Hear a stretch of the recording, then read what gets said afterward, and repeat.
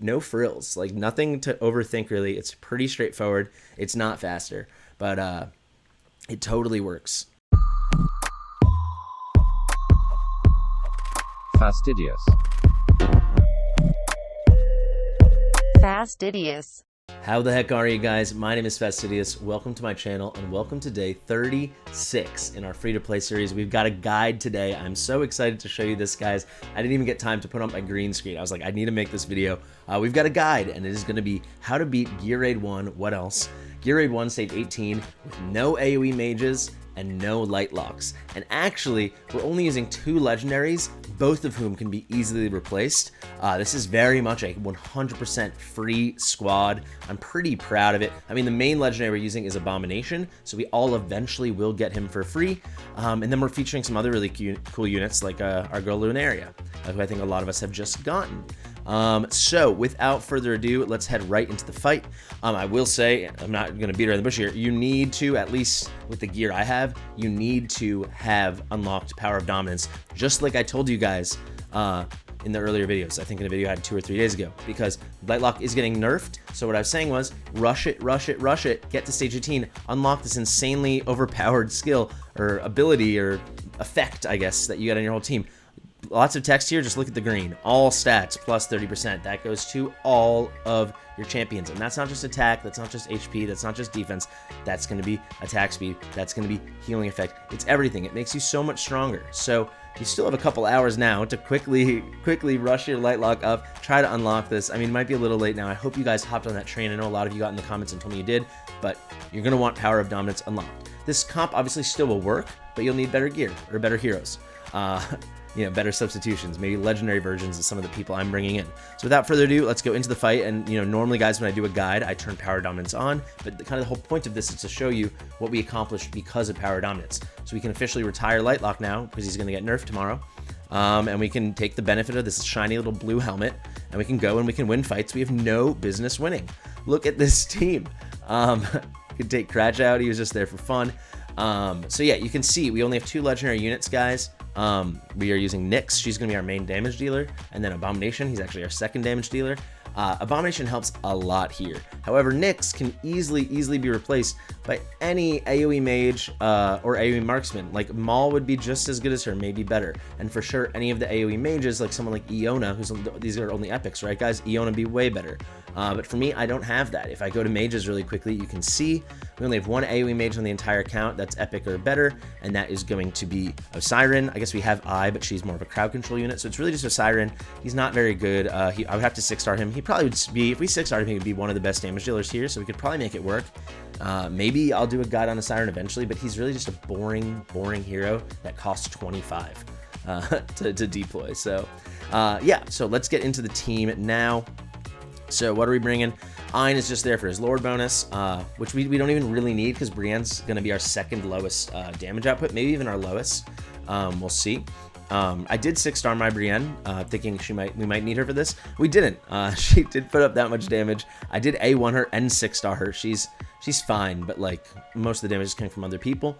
Oh, sorry, we're bringing 1 more legendary unit, guys. We're bringing Nocturne, excuse me. However, like I said, he's single target. He's not that important. He does help us with the boss, but if you have any AoE, like a Maul or an Iona, or if you have Greed or something, that is going to be better. So, excuse me, we have 3 legendary units we are bringing, but all very replaceable. And you could easily use Wrath instead of Abomination. We're going to use Abomination here because I want to feature him because he's a new person on the account. And actually, now that I'm looking at this, because we're only bringing Brienne, let's just bring Wrath anyway. Let's see if he's wearing gear. I know I say never to do this, but quick equip, because we're just going to use him as like a body. So you can see his base stats are so fine that he still is like not a good build, but not a terrible build. So we'll use him there. I will say I'll probably run this with Arrogance once I get this on farm, but I don't want to use Arrogance right now. No reason to feature that. And you know what we'll do? We'll just, you know what? Actually, this is what we'll do. I was going to say we'll grab Baron or something, or we'll grab Deimos to get the effect. Let's just grab this guy. You know, it doesn't matter. What's even his name? Solaris or something? Sorzis, just because then we can get the little effect. We'll do a quick drop of Wrath at one point, a quick drop of Sorzis, and we can get a little increase from the Nightmare faction. So now we're taking advantage of that. But everyone else is kind of a key unit. I would say the most important units by far Our Vortex, but you can use any healer, any good healer, epic or above, I would say. Vortex, Autumn is essential for this comp. She's essential for everything I do. Mari is super important, and then, yeah. So you need a really good tank, ideally one with some DPS, so I'm using Abomination. Doesn't matter.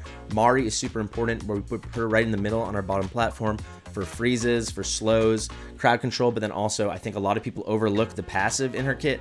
Icicle, so when the blah blah blah triggers slow, who cares? The enemies will receive vulnerability of physical damage and magic damage. That is really powerful vulnerability. Plus 15% damage taken from each. That is really good, and I really like having Mari in this fight, and she's as free to play as it gets, right? Lunaria, everyone's getting her now. I'm just using her as her lore bonus, and actually we're still getting the benefit of Brienne, right? Because she's getting the Piercer bonus. Probably even better, because you'll see the way I position her. I should have done that from the beginning. So we got our 3 Piercers here. My Lunaria is a 3 now, so I pulled one myself, then I summoned her, and I've put 2 skill stones in her. So that is going to lead to more damage that maybe your Lunaria is going to get with this build. Not the greatest build in the world, as you can see. But if we go to her Awakenings, we do have the benefit of extra attack speed with our Dark Moon arrows. On A3, I'm getting an increased chance on the Dark Moon arrows. That's really important on her basic attacks. And then we also have increase in her base attack by just 200, which for her is really important because her base attack's not that high. I'll just show you guys how it works with the Dark Moon arrows on our A1. It's supposed to be a 15% chance. We get that up to a 25% chance here with with her Awaken 3. It's really, really good. It really helps because the Dark Moon arrows just kind of make this whole kit work with a little AoE magic damage, which also she's got some magic damage, so it makes her good for this fight. She's not one of our, like I said, our main DPS are going to be these 2 guys here.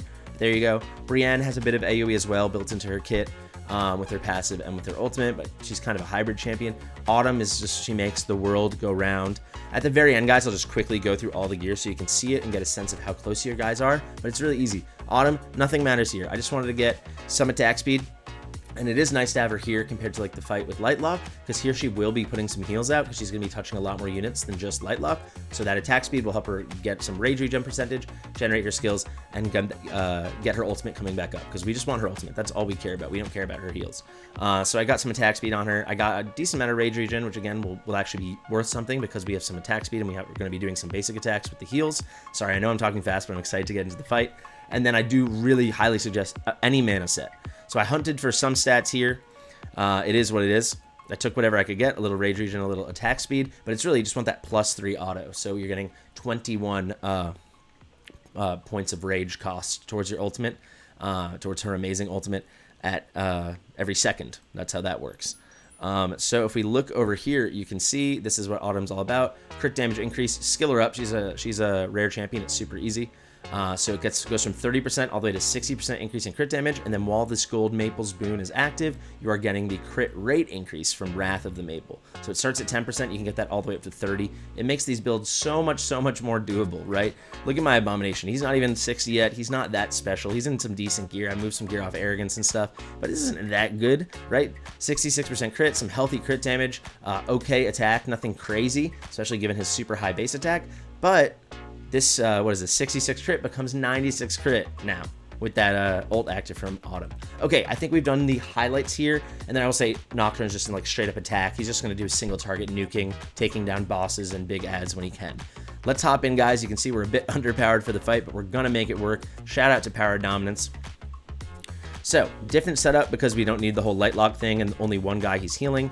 I'm just going to throw Abomination down right here.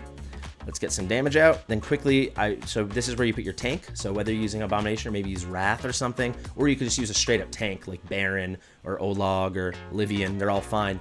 But I like to just want to get extra damage, right? And Abomination has really good AoE damage. Then place your best DPS. So this should be an AoE if you have it. I really only have Nyx, but fortunately I have Nyx. So we drop her there. And then I'm going to quickly drop Autumn right here. Excuse me, I actually want to put her back one row to just because she's not in very good gear, so I don't want to risk her dying. So you can see we're benefiting from 5 slots of exposure we can use to her ultimate. So we have Nyx here, we have Abomination there, maybe these 3 open ones. So now we'll place our second best DPS. So for me, that is going to be Lunaria. And if you put her here, she will still touch these guys on the side when they reach over to the wall, so that's really nice. And now I already want to get Mari ready, because those are really my only 4 solid DPSs. Trigger Autumn right away, and it lines up perfectly with Nyx. So you can see, you can look, Nyx is going to put up some very large numbers for the quality account I have. Then we can drop Mari like this. Now I'm already going to get ready with Vortex. I just want to make sure we're all healed up. So normally, guys, we're used to pointing down. If you guys have seen my Lightlocke videos, because we don't want to heal this DPS unit here, this ground unit. We want only Lightlocke doing it to make sure Lightlocke keeps getting the heals out and we keep getting the splash damage. However, there's no Lightlocke, so let's just make sure everyone's getting healed as much as possible. And then finally, unfortunately, Brienne, and this is kind of hurts her, so I could move some things around. Maybe I'll try it again, switching Vortex and Autumn, but I can definitely put... maybe get her into the zone, but for now we will just put Brienne there and point her up, and she is going to benefit. And now this is ringing. She is going to benefit from the increased range, as you can see from Lunaria. So now that's basically it. We're cruising. The wall will go down, so at some point we'll have to drop in Wrath just to put some more damage, or of course, I'm sorry guys, Nocturne. You just put him right there in the middle so he can get some damage out. And now we just kind of trigger and we wait and we trigger and we wait. If you're getting tighter, you can be a little more cognizant of when you do your ultimates. I guess I can try to be a little more focused on that now. But really, the fight, we're just going to kind of cruise. And you'll see, we only have killed a few enemies, but the damage is going to ramp up. Here comes Nocturne. You should see some pretty big numbers out of this guy. And yeah, we just wait for it all to ramp up, wait for everyone to get settled in. Try to, if it's ever close, you can wait to like line up Autumn with some of the big DPS. So right now it's 132%, 100% for Autumn, she's ready to go, and Nyx was only at 32%. If it was closer, like if one was only 20 or 30% away from the other, I probably would just let it line up. But you can see we're finally starting to take down some enemies. It really is actually, now that I think about it, too bad that Brienne is not fit into Autumn's window. So maybe there is a way we could do it where we could switch Brienne and Vortex. I don't know if we have enough tankiness for that, but you can see we're getting a lot of damage straight on the boss. So that's another thing, guys. RNG goes into this, right? So what's going on here? Nocturne is single target. He just decided to pick the boss to target. That works out really, really well for us. The boss is dead super, super early. So kind of the fight is already cruising for us. So now we can take Wrath, point him down that way. We'll wait for Abomination to come back so we can replace him. And you can see Wrath, fortunately, is not in the range of Autumn, but he's really there just to take up some space and kind of hang out until we're ready for Abomination. He might even die. And you can see now we can place this fella, and you can see we'll get the little bonus. It didn't say it, but it should be 20%. Because now we've have deployed 3 Nightmare units, and now we just kind of control. But yeah, like, so guys, every time maybe it won't work out that Nocturne or single target DPS, if you're using this strategy, targets the boss, but you don't lose stamina when you try, so you can just run it back, run it back, run it back. Unfortunately, I should have waited on Nyx there, but it lined up pretty good. Now Abomination's ready. Now we can just drop him there, and you'll see we're slowly just going to take these guys down. But you can just do it over and over until the RNG works out, especially with someone like Nocturne, right? So you don't see it here, but on his passive, he has, I think, at 15% base chance to trigger real damage, which is going to totally ignore defense and other damage mitigation. It's extremely powerful. 15% might not seem like much, but over enough runs, you might get that perfect RNG where he does something like he just did there, where he targets the right guy and he just absolutely slams into the ground because Nocturne's so good. There's a lot of champions like that where you can just, rinse and repeat. This actually turned out to be a really fast fight, guys. I wonder if that's my fastest time, even faster than my Lightlocke fight. I'm not sure, but you can see like no frills, like nothing to overthink really. It's pretty straightforward. It's not faster, but it totally works. And that's just, it's kind of what's happening here. So just to recap, let's see if we got a little nice piece. We did got a pretty nice piece there with flat attack bonus, and crit rate. That's for our trouble on a little crit damage set, Annihilating Might. I know I talked really fast. I was really excited because I was like, is this going to work? And I was leveling up Brienne, and then I really feel like I nailed it on my first try. So it does prove my theory that you're going to want to get Power of Dominance, because then you can do stuff like this. Look at the recommended heroes. Look at this. You see this, guys? The recommended heroes. We don't have a single one. Only starting here at 17, but at 18 where we actually were, nothing. It's all gray, right? We just don't have AoE mages. Mage. We don't have them, guys. But this works, get enough gear after like a month of playing, 2 months of playing. For us, it's day 36. If you had unlocked, hopefully you did unlock your Power Dominance, all of a sudden you can bring kind of all the wrong heroes into the fight and you can make it work. And you can see we brought 2 rare champions. This guy was just a warm body, but Autumn was amazing. Tons of epics. All of these guys basically free. Day 3 free player. Free character, day 14 free character, free fusion. This was a super easy fusion. Rare champion is free. Brienne was my starter champion. She was my Pokemon. And then any single target, or any, honestly, even better than Nocturne would be any other AoE. You could have brought Osiren in here. It doesn't matter. You could bring Voltus in here. Voltus might do better than Brienne and these guys if you have him leveled up. Super doable. And as good as Vortex is, like I said, any other healer would have done just as well. So to wrap up, let me just go to my roster and I'll show you guys very quickly the gear and the artifacts. Some of these guys might even be missing an artifact. I don't think so, but I'll just show you. Abomination, as you saw, some of my better gear. There's the stats if you want to pause it. I'll just quickly click through everything so you can pause if there's anything you want to check. He is wearing the best piece of gear on my account. I'm very proud of this piece. I know maybe some of you guys don't think it's that great, but for me, this is the best piece on my account. My account's still a work in progress. He does have best in slot, I think Soul Drainer, an extra block, and he gets a little self-heal. But again, you don't need that. Just throw on your whatever your starter things you get. Everyone seems to get a Scarlet Hunt at the beginning. We get this for free from clearing chapter 17 of the Hero's Path. Ragnarok would be quite good for him as well. But yeah, Nyx, and guys, I do have pretty good artifacts because I like to farm artifacts, and as you guys might have seen on streams, I do seem to get lucky with artifacts, but this is a great one. AoE increased by 20%. That is worth mentioning. So Nyx and Lunaria both are wearing this, and as you can see, they were like not on the tiles closest to the enemies coming in. They were one row back, so they are going to get that 20% increase in AoE damage. That's really significant. I'll click through her gear. You can see not bad gear, but not good. Again, I'm at like this 60% crit or so, but we get the extra 30, and then also no extra crit damage, but we get the extra 60. So Autumn is kind of the MVP here. Not even a fully leveled piece, but a decent one there. And on someone like Nyx, you're going to want attack speed somewhere in this like 110 to 160 bonus range. She's a 2.6 interval champion, so I'm pretty sure you need at least plus 113 all the way up to plus 151 to get that sweet spot. The closer to the threshold marker, the better. If that doesn't make sense to you guys, I'll put out a video on attack speed. And then we're just kind of looking at attack percentage, attack bonus, attack speed, and then some crit wherever we can find it. So this is a solid piece for me. And this is a very solid piece for me. We even got a little attack speed and some flat attack. I'm very happy with that one. You can get a sense there. We'll go a little bit faster now, guys. Nocturne, I don't even know what artifact I have on him. So this one's for crits. My Nocturne never crits, but I just put through a mythic artifact on him just for the base stats. He wasn't next to anyone, so we couldn't do anything cheesy like Ancestral Teachings, but pretty cool stuff. I'll very quickly show you the gear. You can see very little crit, actually literally no crit, because we're just going for that real damage and trying to pump the attack as high as possible. So I'm hunting attack bonus, and when I can, flat attack as well. You can see there, you can see this is a very, very good piece as well for him. And I got the Calamity set for the bonus attack. So you can see he doesn't have the highest base attack, but it's pretty good, and we were able to get it pretty high. Nothing too crazy there. Let's keep it on moving. Arrogance we didn't use. Lunaria, like I said, is running the exact same artifact as Nyx to get that same benefit from her AoE, which is triggered from those Dark Moon arrows. Not the craziest build out there, guys. Not very much crit, but we do get that up to 61%. Some solid crit damage. Shout out to the Annihilating Might. But you can see a lot of plus 12s, not all plus 16s.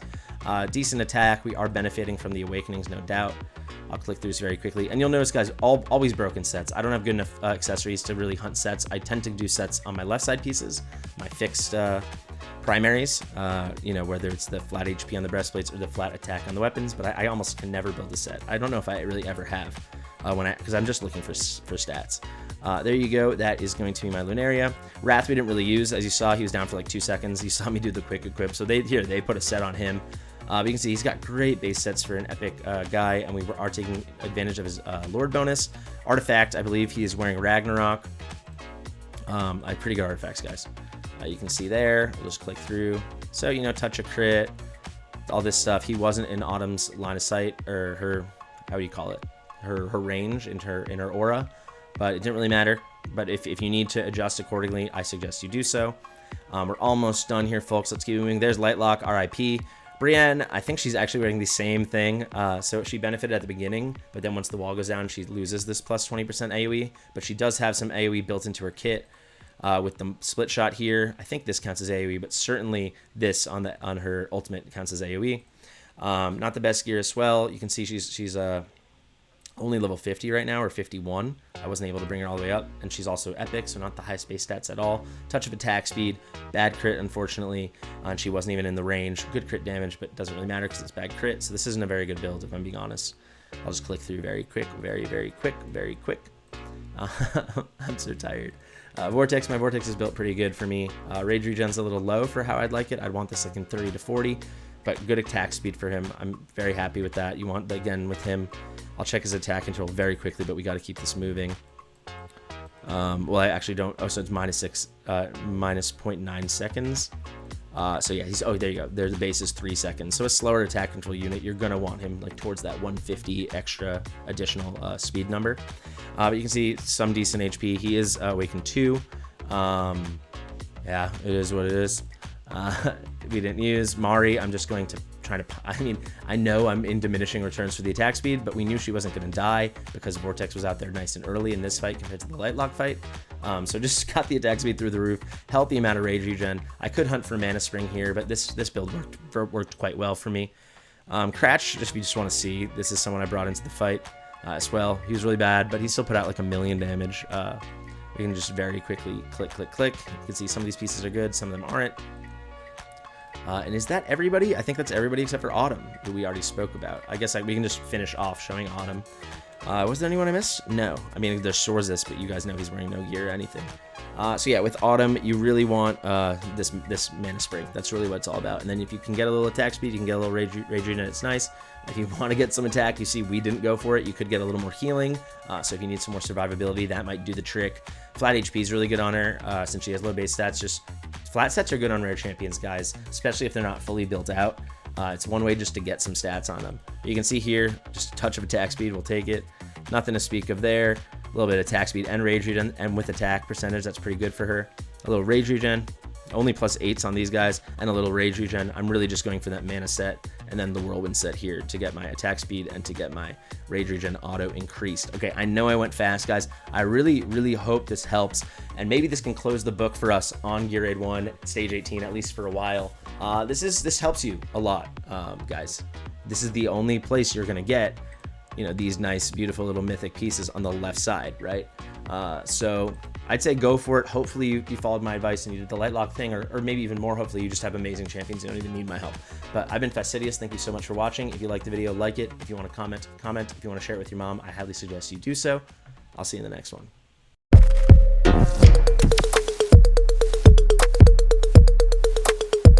Fastidious.